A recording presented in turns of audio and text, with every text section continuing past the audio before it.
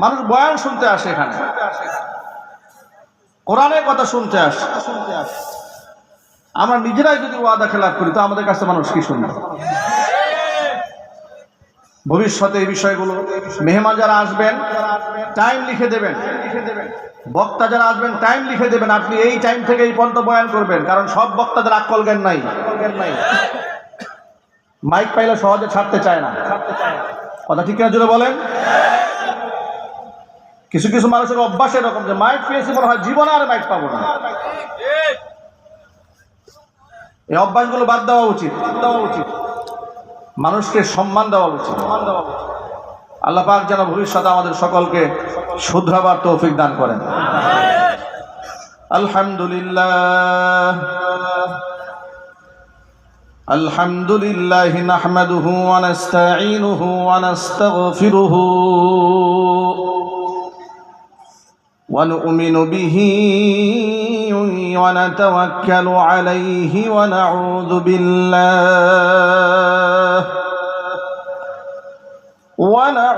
বিল্লাহি মিন শুরুরি আনফুসিনা ওয়া মিন সাইয়্যাতি আ'মালিনা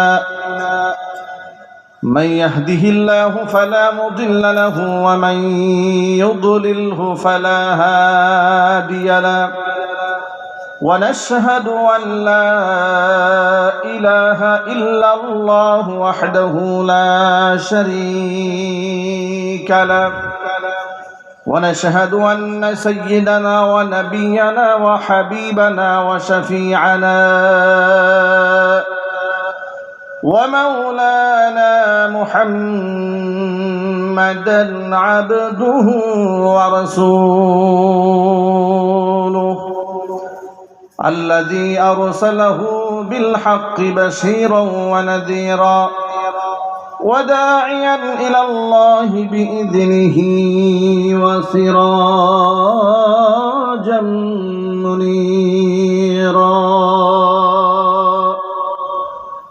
أما بعد فأعوذ بالله من الشيطان الرجيم. بسم الله الرحمن الرحيم. إن الله وملائكته يصلون على النبي يا أيها الذين آمنوا صلوا عليه وسلموا تسليما. اللهم صل على محمد وعلى آل محمد كما صليت على إبراهيم وعلى آل إبراهيم إنك حميد مجيد. اللهم بارك على محمد وعلى آل محمد كما باركت على إبراهيم وعلى آل إبراهيم إنك حميد مجيد. মোহাব্বতে প্রাণ খুলে সকলে মিলে কিছুক্ষণ জিকির করুন, লা ইলাহা ইল্লাল্লাহ।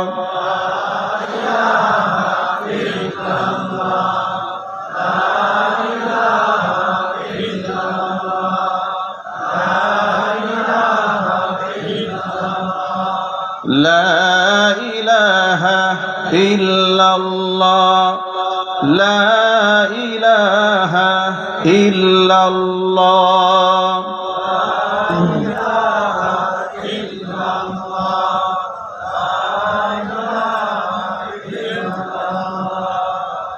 لا إله إلا الله لا إله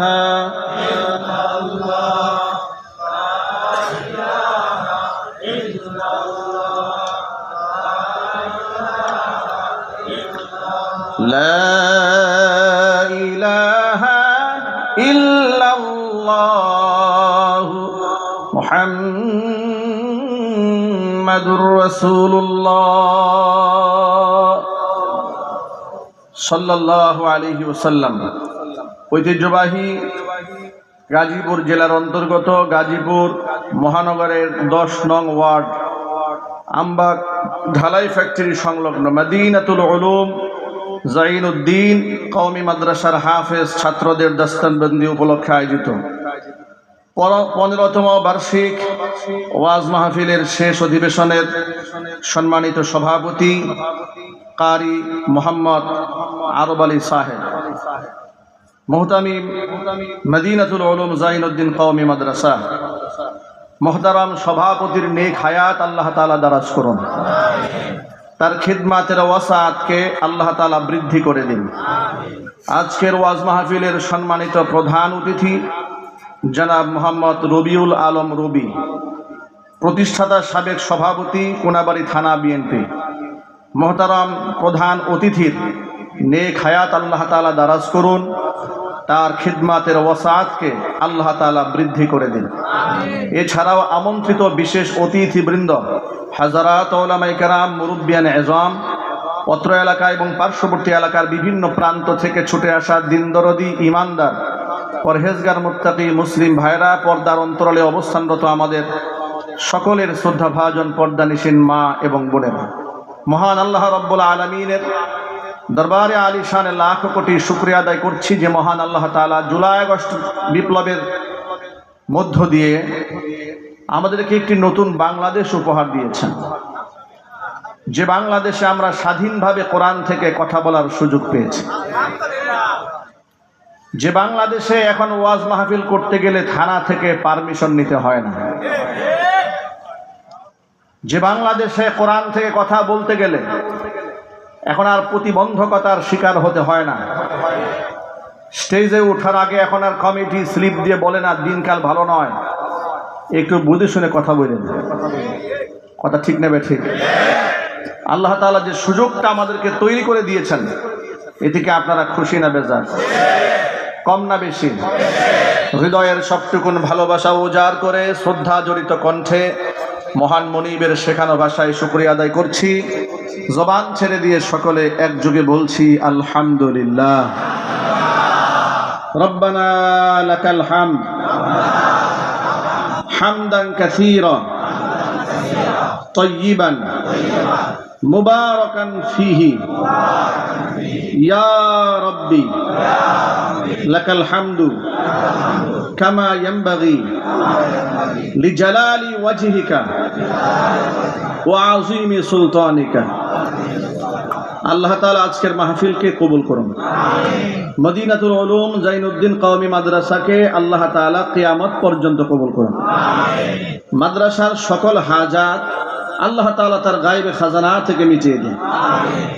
অক্লান্ত পরিশ্রম করে এই জান্নাতের বাগান যারা সাজিয়েছেন, দূরদারাজ থেকে শোনার জন্য যারা এসেছেন, আজকের মাহফিলের ওসিলা করে আল্লাহ তাআলা আমাদের জিন্দেগির সমস্ত গুনাহ খাতা মাফ করে দেন। অত্র এলাকার সমস্ত মুর্দেগানের কবরে আযাব আল্লাহ তাআলা কিয়ামত পর্যন্ত বন্ধ করে দিন।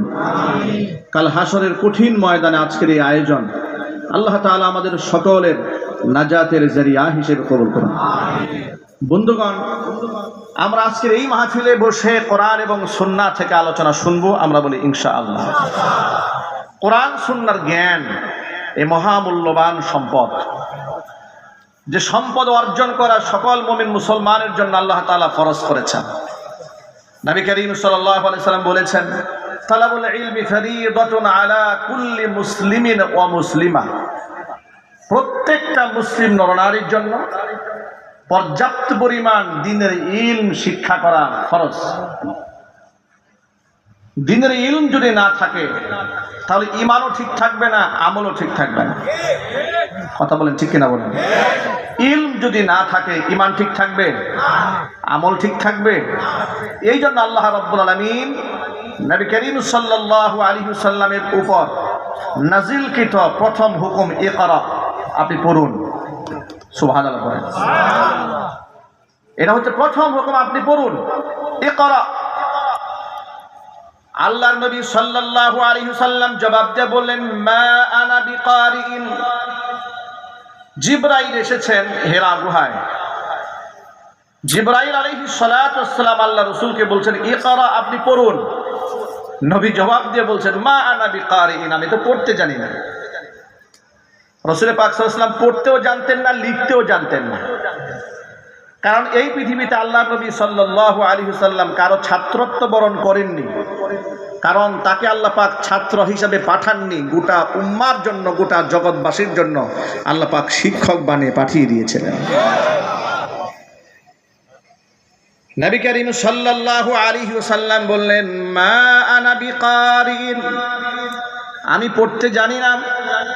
জিবরিল আমিন আরেকবার বললেন ইকরা, আপনি পড়ুন। হুজুর বললেন মা আনা বিকারিন, আমি পড়তে জানি না। আবারও বললেন ইকরা, আপনি পড়ুন।